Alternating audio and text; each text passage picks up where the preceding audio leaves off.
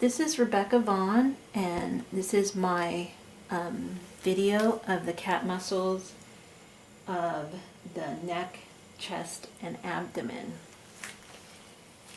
Okay, first we're going to start with the neck muscles,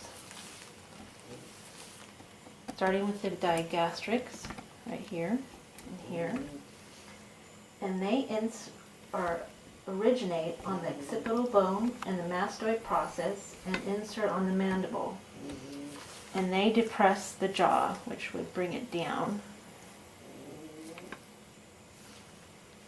Next is the myelohyoid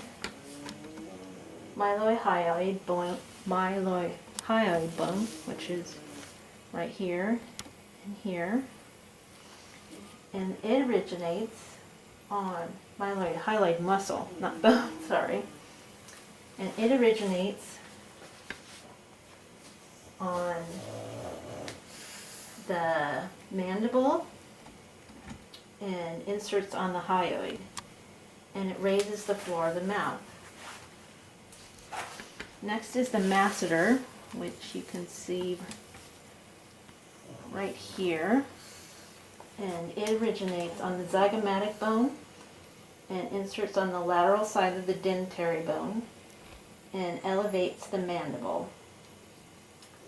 The next is the sternohyoid, which is this muscle right here, and it originates on the costal cartilage of the first rib and inserts on the hyoid bone, and it also depresses the hyoid bone, which is important for swallowing and speech and breathing. Also then is this muscle right here, which is the sternomastoid. It originates on the mammary of the sternum and inserts on the mastoid process. And it turns the head and depresses the head.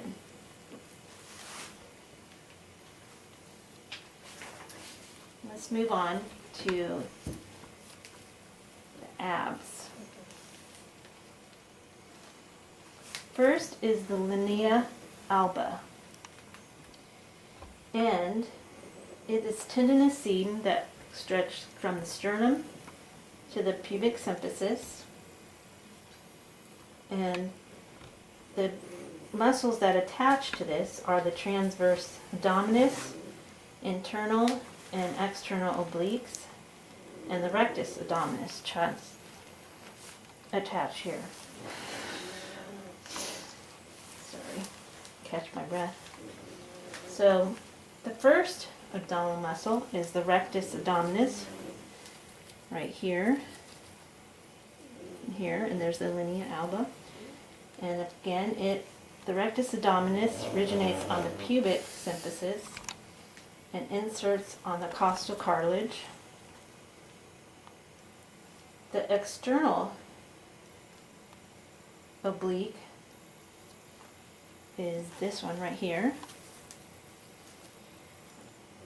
and it originates on the lower 8 ribs and inserts on the linea alba again, and it compresses the abdomen.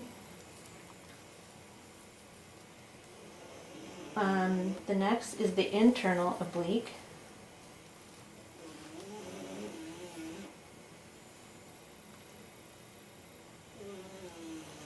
which are these right here, and it originates on the pelvis and inserts on the linea alba and compresses the abdomen also. The last is the transverse obliques right here. Transverse abdominis, which originates on the posterior of the rib and ilium and inserts on the linea alba again. And it also compresses the abdomen. Next, let's move on to the chest muscles. But I turn around like this, because these are better ones right here. So first, there are 4 pectoralis muscles in the cat. In humans, there's only 2. But because a cat is quadruped, it needs more strength in its upper body to be mobile, and it has 4 pectoralis muscles. So the first muscle is this muscle right here, which is the pecto antebrachialis, and it originates on the membrane of the sternum and inserts on the fascia of the forearm. And it adducts, which is bringing towards midline, ADD, the forelimb. The next is the pectoralis major, which is this triangle shaped there on that side also. It originates on the sternum and inserts on the posterior of the humerus. And it also adducts, ADD, the arm, forelimb. Next is this larger one here, which is the pectoralis major, or pectoralis minor. This is major, this is minor, sorry. The pectoralis minor originates also on the sternum and inserts again on the proximal end of the humerus, and again adducts the arm. The last pectoralis is the xiphi humerales, which originates on the xiphoid process of the sternum and inserts via a tendon to the humerus. And it also adducts the forelimbs. It helps to rotate them as well.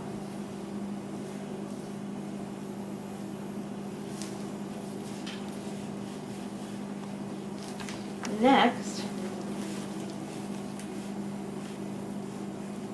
show you these muscles, this muscle right here. Actually, it might be more, you might be able to see it more on this side.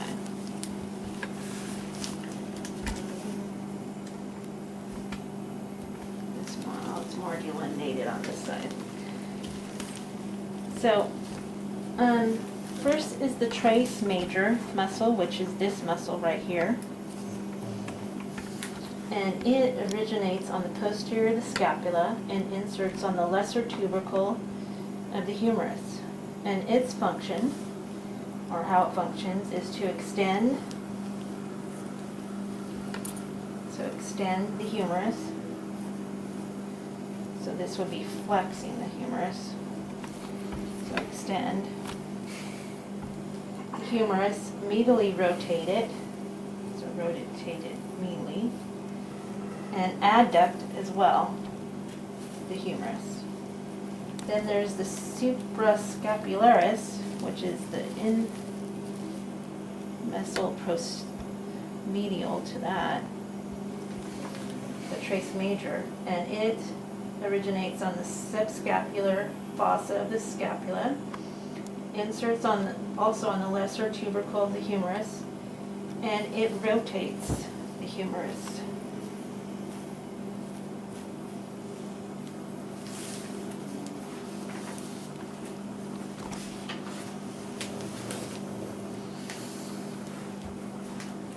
Next is the scalene. These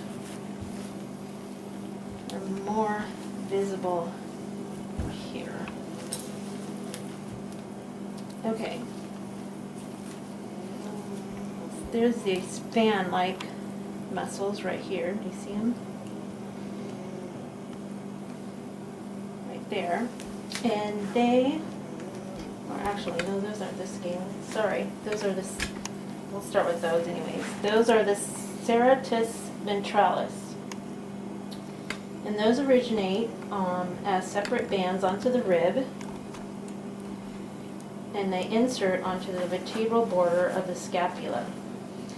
And they pull the scapula forward. Next is,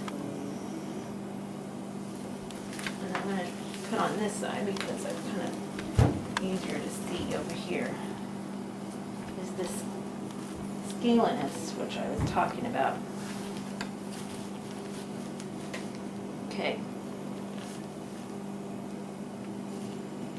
So this is the posterior scalenus. This one right here.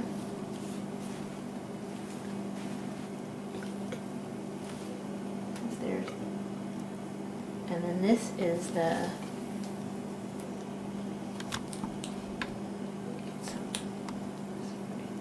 posterior scalenus. This is the medius, and this is the anterior scalenus.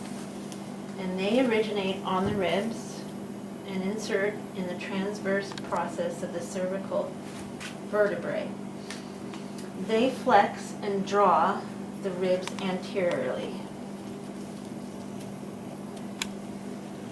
Next, we're going to flip this guy over.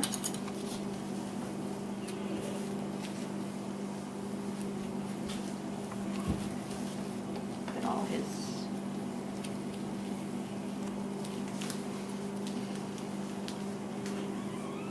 and talk about the trapezius muscles. In the trapezius muscles, there are 3 on the cat. There's the spinotrapezius, the acrominotrapezius, and the clavotrapezius. The spinotrapezius originates on the spinous process of the posterior thoracic vertebrae and inserts on the spine of the scapula. And it pulls the scapula caudally toward the tail of the cat and dorsally, which is back, towards the back. The next one down is the acrominotrapezius. It originates on the spinous process of the cervical and anterior thoracic vertebrae and inserts on the spine of the scapula. And it holds the scapula in place. The last trapezius, the third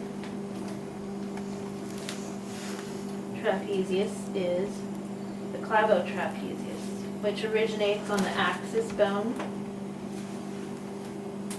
and inserts on the clavicle.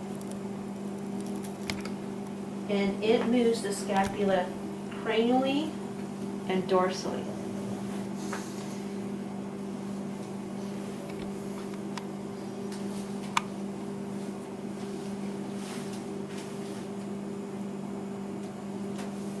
Okay.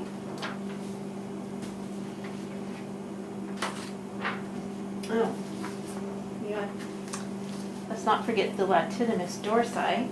Sorry, it originates on the spine of the thoracic lumbar vertebrae and inserts to the medial side of the humerus. Its function is to pull the limb posteriorly and dorsally, or dorsally, so back, towards its back. And also, we have the levator scapula, which is this muscle right here, and it originates on the occipital bone and inserts on the vertebral border of the scapula.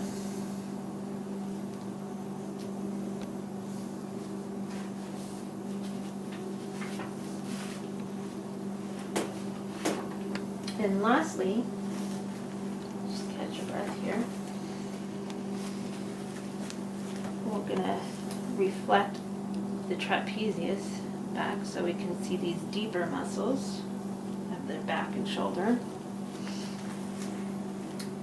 We're going to start with the supraspinatus, which is this bone right here. Or this muscle. No bone, just muscle. It originates on the scapula and inserts on the humerus and extends the humerus. So flexing would be this opposite of flex. So this guy, he doesn't have very much movement. So that'd be flexing in and this be extending that way. The infraspinatus,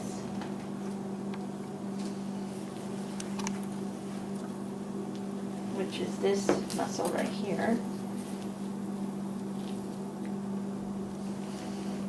originates again on the scapula and inserts on the humerus also, and it rotates the humerus laterally. So, rotates the humerus laterally, which would be away from the body. Then you have the rhomboids right here.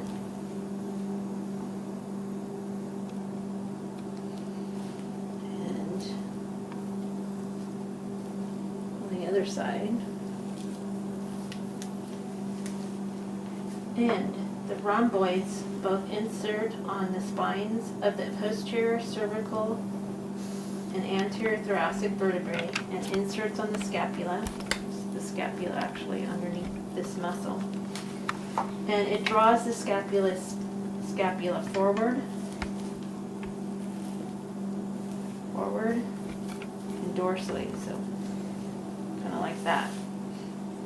Lastly is the rhomboidus capitis, which is this neck up here on the back of his, which is this muscle right here on the back of his neck.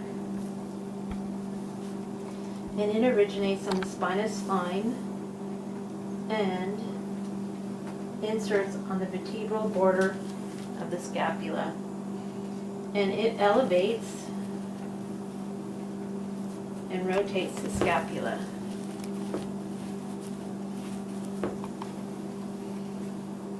And that is the end of my first video. Thank you.